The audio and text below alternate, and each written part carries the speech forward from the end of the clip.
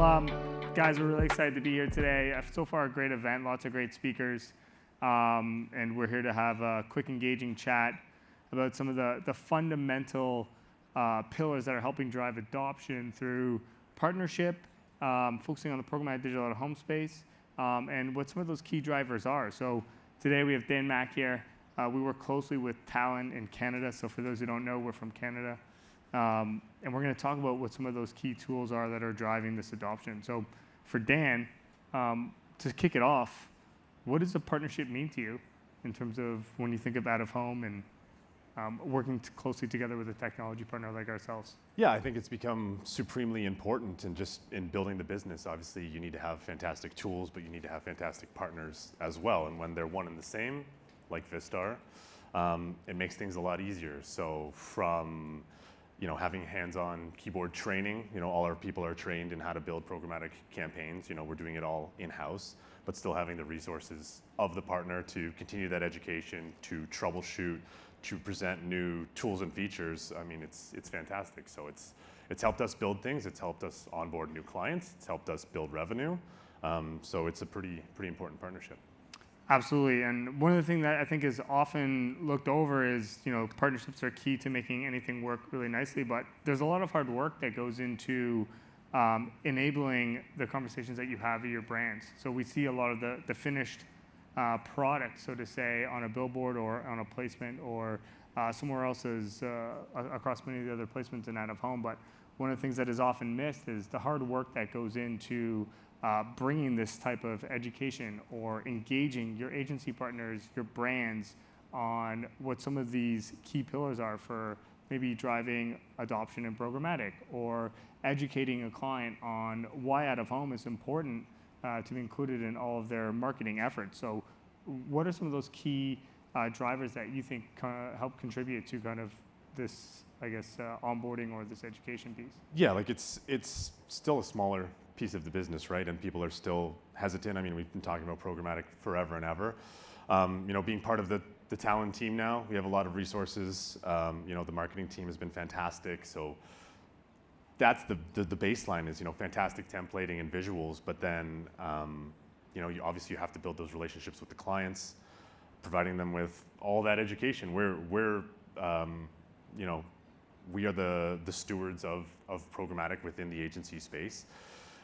So it's really just like getting down onto their level, not that they're below us or anything, but some people don't have an understanding of it all. So whether that's starting from scratch or sort of demystifying it or correcting misinformation or misunderstanding, it's a lot of meetings, a lot of education, showing them what it can do, giving them the menu, because there is a lot. Whether that's, dynamic creative is new, mobile ID passback, kind of like you see people light up when they understand that it's not just, hey, give me your money so I can do something faster for you, and now, you're not gonna get the screenshots or whatever, but it's all those wonderful features, and it's even things like our team will do our own mock-ups. Like, we've taken the steps to train people to do what it takes to convince a client that this is the best thing for them. And then once you get them on board, a brand like Scotiabank, massive financial client in Canada, buys the same stuff year over year. If you can get them on board with those things, here are the features, audience targeting as well, kind of speaking the same language as their digital partners or their digital plans, and then getting amazing results because measurement has come so far. Things like, we did a day-to-day banking campaign. It was over 40% in awareness, over 60% in consideration, over 40% in intent. Those are enormous, massive numbers being, giving out-of-home the credit for that. So it's amazing. So it's everything from the bottom up and from the start to the finish, and then building on that as well. You've had success.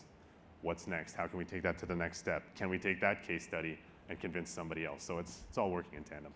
So it seems education obviously helps kind of pave that path for you to build client retention, to open up new opportunities with brands like Scotiabank that you mentioned, or other larger companies that are maybe not always thinking about out-of-home. When you deal with those instances, so you use Scotiabank as an example, what was their hesitation to potentially not wanting to engage in programmatic or include it? Yeah, I mean, it's for them, it's comfort, perhaps. It's a lot of things. You know, out of home has kind of functioned on a pretty basic currency for a long time. Impressions, reach and frequency, what have you. Those things are still important and they still play a part. But like I said, once you can start speaking that kind of next level or next generation language about, I'm not gonna say attribution, but measurement for sure. Yeah, measurement for sure. And even the tools and again, the visuals that I mentioned, like here's a map of where you could appear. Here's all the different things. So sharing our tools with them as well helps us get past those barriers. So I think we agree, education, foundational piece to helping drive that conversation. Absolutely. Partnership is supporting that education and enabling your teams to not only work internally with the Vistar teams or any team for that matter. Those are kind of two key pillars going there. What is working well in programmatic and what is not working well, or what are the opportunities that maybe we could start to take away to build on these blocks or maybe remove to help drive investment?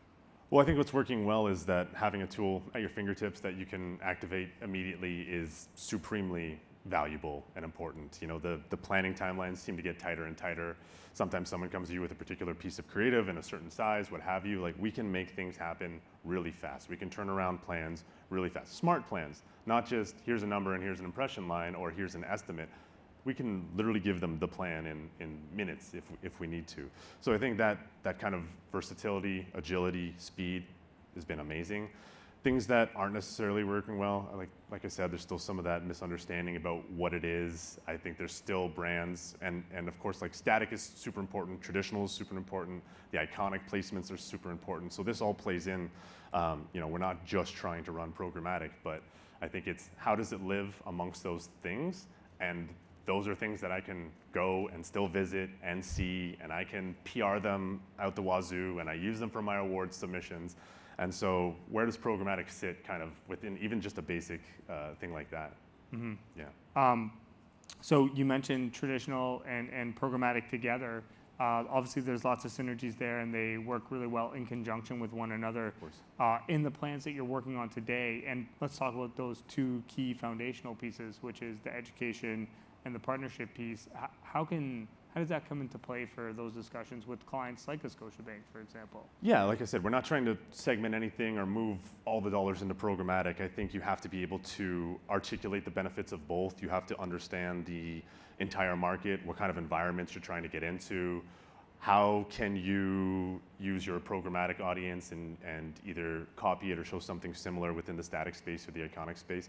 It's just making sure that you're layering those things appropriately, explaining yourselves thoroughly, and making sure that it all ladders up to that original strategy of what is it you're trying to do. Because they're not one item, one way of buying is not going to do everything for you. Definitely. So use your example of measurement, which is obviously helping prove that, hey, our data strategies and our upfront planning is working, and we're just helping you go back to talk to clients to drive that investment. Mm-hmm. For the audience here today, and kind of the last question to help wrap this up, there's one thing that you would want to leave them with that maybe they're feeling, maybe they're hesitating towards wanting to engage, or maybe they think that programmatic or out-of-home isn't a fit for their brand. I mean, I hope not. We're at an out-of-home conference, but there's always an opportunity. What would be the one thing you'd want to leave with them today to maybe consider? That's a good question. I think you have to give it a try. Like, give someone the opportunity, like at least be open to it. If you're talking about somebody that's fully blocked off, they love static, they buy the same board all the time, they want to visit it, I think there are way too many advantages to programmatic and what it can do and what it can add. Like I said, it's not about replacing anything. It's not about doing one thing over the other.